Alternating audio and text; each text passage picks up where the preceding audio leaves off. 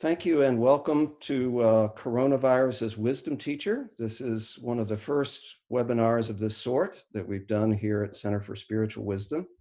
And it's a pleasure. It's a pleasure to be able to do this and to note how much interest there is, because we have quite a number of you who have signed on, more people who have pre-registered for this event than I think it's safe to say any other event we've had at the center. So to introduce myself, my name is Rob Field. I'm the founder and director of Center for Spiritual Wisdom, and I'll be moderating the webinar today and introducing our panelists.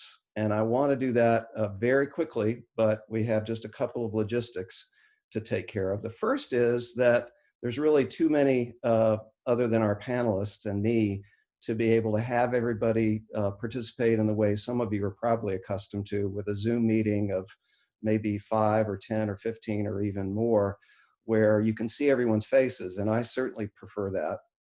But we were overwhelmed by the interest. And so to make this a little bit more manageable, we're asking that people simply take in the comments of the panelists, listen, reflect, and then when you are ready to make a comment or ask a question, we encourage you to use your chat function, the little chat box, which, depending on the device you're using, you'll either find at the bottom of the window that you're looking at now, or some of you on a tablet, you may have to press the More button and then find in the little submenu the chat function there. So you're welcome to play with that. I'm going to purposely ignore that while I'm working on introducing the panelists and listening to them. But then when we get to a break and an opportunity to have them talk and respond to your comments and questions, then I will very eagerly be looking in the chat box to see what comments and questions you might have. If you don't address your comment or your question to a particular panelist, then I'll just read it to all of our panelists and see if any of them would like to respond.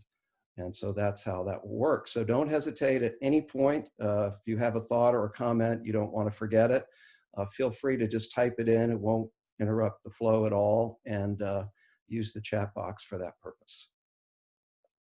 So coronavirus as wisdom teacher. Hopefully some of you were intrigued and at least made curious by our topic.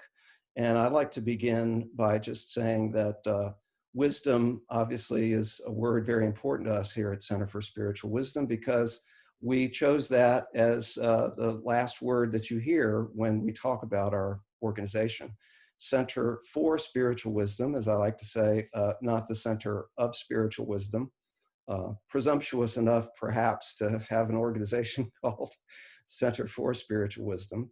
So we're seeking it. All of us here, staff members and the board, we are seekers of wisdom as well. And I've invited people who I think of as some of our wisdom keepers here in our area. And I'm just so delighted they can be here. So in my way of thinking, wisdom is not information, it's not data, it's not knowledge per se. It's really a whole body kind of holistic knowing that in some sense requires not just our heads being engaged, but particularly the center, right? The heart center in particular, which a lot of the great wisdom traditions say is really the center of how we can know what's really important. And some of my teachers have pointed out over the years that we best access this kind of full-bodied, full-hearted knowing through certain time-tested spiritual practices that some of the great traditions, spiritual and religious traditions of the world have pointed to and commended. And so if you too are a seeker of wisdom, then I trust that there's probably some sort of practice that you engage to try to help you tune in to that kind of wisdom. And that's a large part of what we're about at Center for Spiritual Wisdom, is teaching spiritual practices as tools for the kind of personal, relational, communal, and hopefully community transformation that we think the world needs more than ever today.